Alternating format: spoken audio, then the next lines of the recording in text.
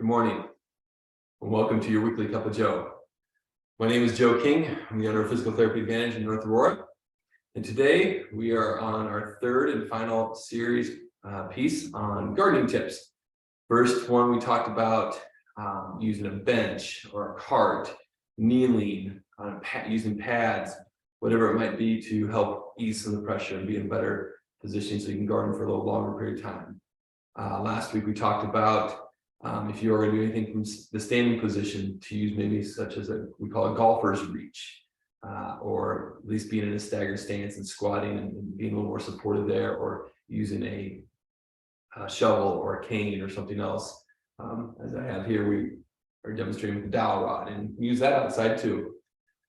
This week, we're going to talk about just some general tips on helping you make things a little bit easier for your gardening.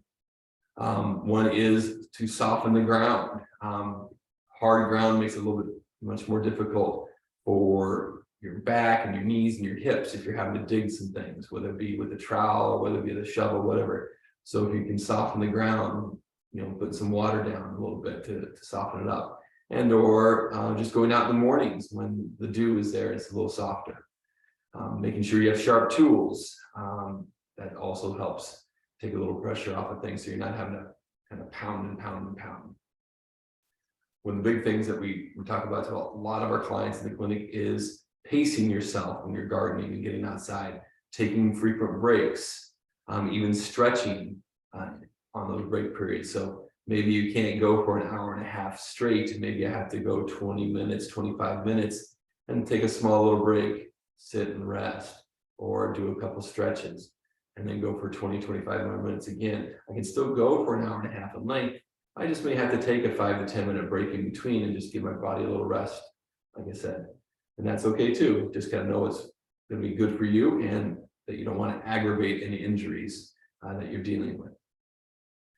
And third and final is just body and lifting mechanics. So making sure that if you have to lift things, that you're using good body and lifting mechanics. So you're keeping the object close to your body and here instead of out in front of you, and that you're doing a good squat and you're lifting it and lifting with your legs instead of trying to lift just with your arms and picking things up.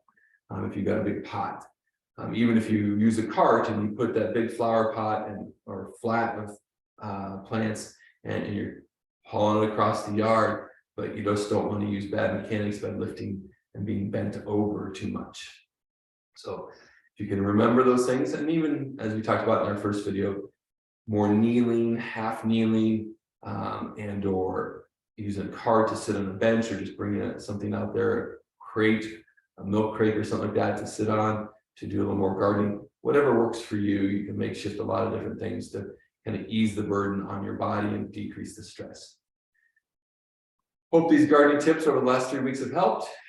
Good luck to you this season. If you have any questions whatsoever about health needs, physical therapy needs, these last 3 weeks of gardening tips, please don't hesitate to give us a call at 630-892-8003. That's 630-892-8003. We'll have those links below as well for your resources. So hopefully they'll help you out and kind of help maybe give you some tips and pointers and like, oh, wow, that might help me decrease my stress this year. That might be the one thing that might make my hip or my knee or my back feel just a little bit better this gardening season. So you can have a fun and more enjoyable time out in the yard. All right. We look forward to seeing you next week on your weekly cup of Joe. Bye.